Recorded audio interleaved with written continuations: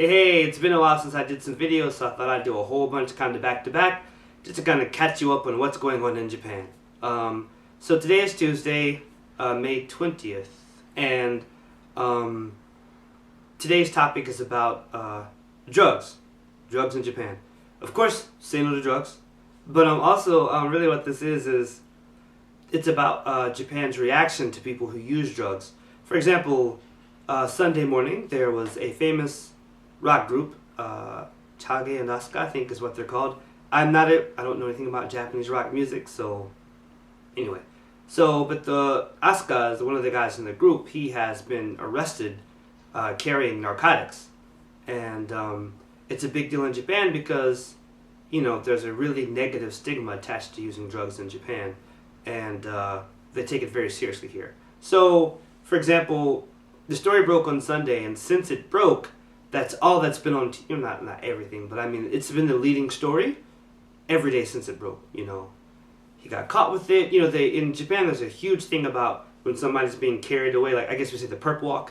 Like they love to get, in the car, driving to the police station, they get a shot of, the person in the car, like it's a huge deal here, and they've been playing the same, 5-second clip over and over and over again.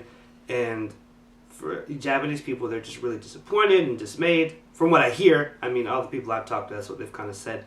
So I just thought it was very interesting because, I'm from America, and if a rock star was arrested for using drugs, you just say, he'll go to rehab and he'll come back in a couple of months and he'll be fine. But that's not quite how it's done here. So for example, the record label that they work for, I want to say it's Universal, has actually canceled his contract. So they've cut him loose, and on top of that, they've asked all of the record stores in Japan to pull their records off the shelf.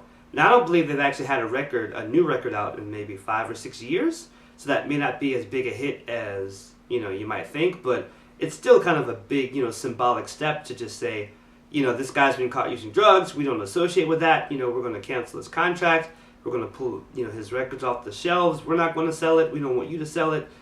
That's kind of a big message where, if this were back home, I don't know if it would be quite the big, the hubbub, I guess you could say, so that's very interesting, just as a, foreigner living here in Japan, experiencing that, I'd imagine in the States, it might be the opposite, where if, a rock star kind of passes prime, gets kind of in this sort of trouble, it might actually drive business, it might actually boost his record sales a little bit, but, they're not, the record labels in Japan are not trying to have any part of that. So, very interesting to kind of check that out. So that's really it for today. I just thought I would kind of comment on that.